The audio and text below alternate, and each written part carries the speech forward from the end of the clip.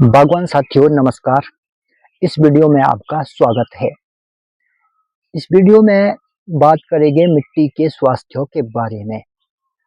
किसी भी पौधे को ग्रो करने के लिए मिट्टी की ज़रूरत होती है। वो मिट्टी उपजाऊ है या अनप्रोडक्टिव है या फिर वो ऐसी निर्जीव मिट्टी है जिसमें पौधा पनप ही नहीं सकता। तो हमें यदि पौधे को अच्छे से ग्रो करवाना है तो उसके लिए हमें ऐसी मिट्टी चाहिए जिसमें माइक्रोब्स की भरमार हो और उसका ऑर्गेनिक कार्बन अच्छा हो, तब जा कर के उस मिट्टी में कोई भी पौधा अच्छे से ग्रो कर सकता है। अब मिट्टी को शीघ्र अतिशीघ्र हम कैसे सुधार सकते हैं, इसके लिए हम क्या क्या कार्य कर सकते हैं।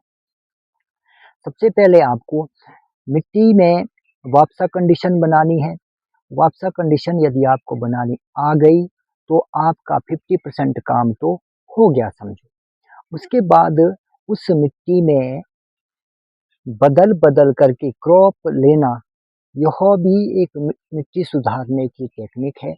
इससे मिट्टी में जो माइक्रोब्स है वो शीघ्र से शीघ्र अतिशीघ्र डेवलप होने लगते हैं। मिट्टी की जान है ऑर्गेनिक कार्बन, और ऑर्गेनिक कार्बन तब बढ़ता है जब हमारी मिट्टी में सूक्ष्म जीवाणुओं की भरमार होती है। ये आप यहाँ जो एग्रीकल्चर क्रॉप देख रहे हैं, इसके साथ साथ हम ऑर्चर्ड भी ग्रो कर रहे हैं, लेकिन हमारी जो प्राथमिकता है, हमारा जो फोकस है वो है सबसे पहले हमने मिट्टी को जीवाणुओं से भरपूर करना है और मिट्टी का ऑर्गेनिक कार्बन बढ़ाने में हमने पूरी एनर्जी लगा रखी है। तो इस बारी हमने इसमें जो लहसुन का इस्तेमाल करा, लहसुन और इसके साथ था और धनिया लगाया हुआ, तो ये दोनों ही फसलें लगभग मैं मानता हूँ कि 50% तक हमारी मिट्टी की जो माइक्रोबायल एक्टिविटी है वो सुधर चुकी है। अब अभी भी हमारे पास लगभग 50% काम बाकी रहता है, और हमारी जो प्रैक्टिसेस आज तक की रही है इस मिट्टी को सुधारने के लिए, वो भी हम निरंतर जारी रखेंगे। देखिए, इस मिट्टी को सुधारने के लिए हमने करा क्या कि सबसे पहले हमने इसको शेप दी, बेड की शेप दी। रेज बेड का मतलब है कि आपने जो वाप्सा कंडीशन है वो बना ली है। वाप्सा ऐसी स्थिति में बनता है जहाँ पर पानी नहीं रुकता हो। यदि पानी नहीं रुक रहा है तो ऐसी जगह पर वाप्सा कंडीशन अवश्य बनेगी अपने आप। वाप्सा कोई प्रोडक्ट नहीं है, कोई वस्तु नहीं है। वाप्सा एक ऐसी प्रैक्टिस है कि आपने मिट्टी की ऐसी शेप बनानी है जहाँ पर जल का भराव ना हो, और वहीं पे वाप्सा कंडीशन बन जाएगी।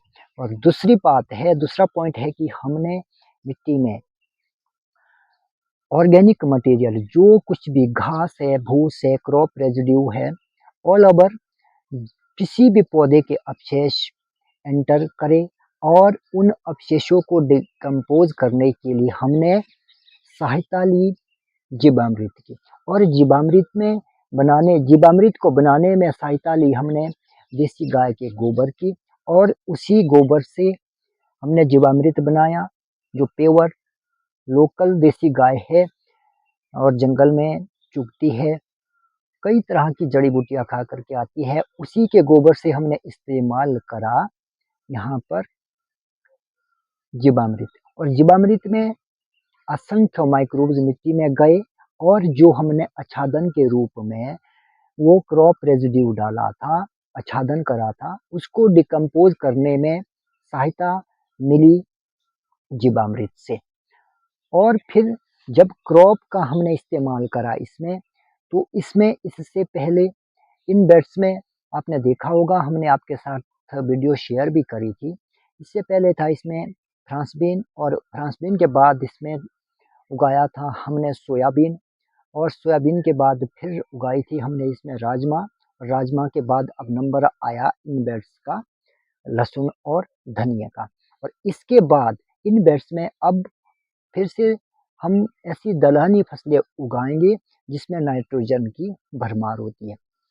यदि आपने आच्छादन कर दिया, आच्छादन के साथ ये सबसे बड़ी प्रॉब्लम क्या हो जाती है, मान लीजिए आपने आच्छादन कर दिया, जो वो आच्छादन है वो डिकम्पोज़ होने के लिए मिट्टी में से नाइट्रोजन को अपटेक करेगा और उस वजह से मिट्टी में नाइट्रोजन की डेफ़िशिएंसी आ सकती है। इस नुकसान से बचने के लिए आपको करना क्या है, वहाँ पर द्विदलीय दालों का इस्तेमाल करना है। जब वहाँ द्विदलीय दालें उगेगी, उसकी जड़ों में राइज़ोबियम जैसे माइक्रोब्स काम करते हैं जो एटमॉस्फेरिक नाइट्रोजन को खींच करके अपनी जड़ों में संग्रहित करते हैं और वही नाइट्रोजन अब उस आच्छादन को डिकम्पोज़ करने में भी हेल्प करती है। तो यह ज़रूरी पॉइंट आपने करने हैं यदि आपने मिट्टी को शीघ्र अतिशीघ्र सुधारना है। मिट्टी उपजाऊ मिट्टी वही होती है जिसमें ऑर्गेनिक कार्बन काफ़ी अच्छी मात्रा में हो, सेकंड माइक्रोब्स उसमें अच्छी मात्रा में हो, वही मिट्टी उपजाऊ कहलाती है और माइक्रोब्स वहाँ रहते हैं जहाँ वापसा कंडीशन बनती है। वापसा कंडीशन बन गई, माइक्रोब्स आपने बढ़ा दिए, ऑर्गेनिक मटेरियल डाल दिया, तो ऑर्गेनिक कार्बन आपकी सॉइल का एकदम रिच होने वाला है।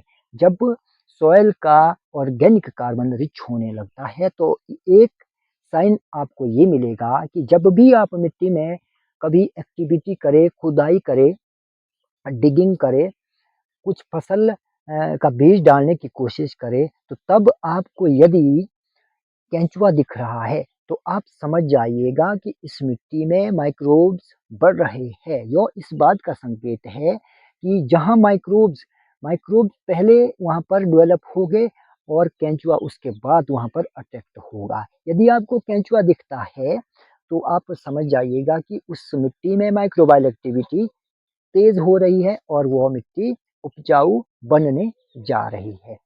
तो इस वीडियो में यह कुछ अहम पॉइंट्स थे कि आप मिट्टी को शीघ्र अतिशीघ्र कैसे उपजाऊ बनाएँ। इसके लिए ये ज़रूरी प्रैक्टिसेस आपको करनी है। इस वीडियो को एक बार ही रिपीट करते हैं कि क्या करना है। सबसे पहला पॉइंट कि आपको वापसा कंडीशन बनानी है, सेकंड आपको आच्छादन करना है और तीसरा नंबर माइक्रोब्स बढ़ाने हैं। यह तीनों चीज़ें जब आप क्रम से करेंगे, तो मैं गारंटीड लिख कर के दे सकता हूँ कि जो मिट्टी की संरचना है वो एकदम अच्छे से सुधरेगी और आपकी मिट्टी का ऑर्गेनिक कार्बन खूब बढ़ जाएगा। जब ऑर्गेनिक कार्बन बढ़ जाएगा तो आपके पौधे की इम्यूनिटी बढ़ेगी, जो कि किसी भी रोग, किसी भी बीमारी, किसी भी इंसेक्ट से लड़ने के लिए काफ़ी है।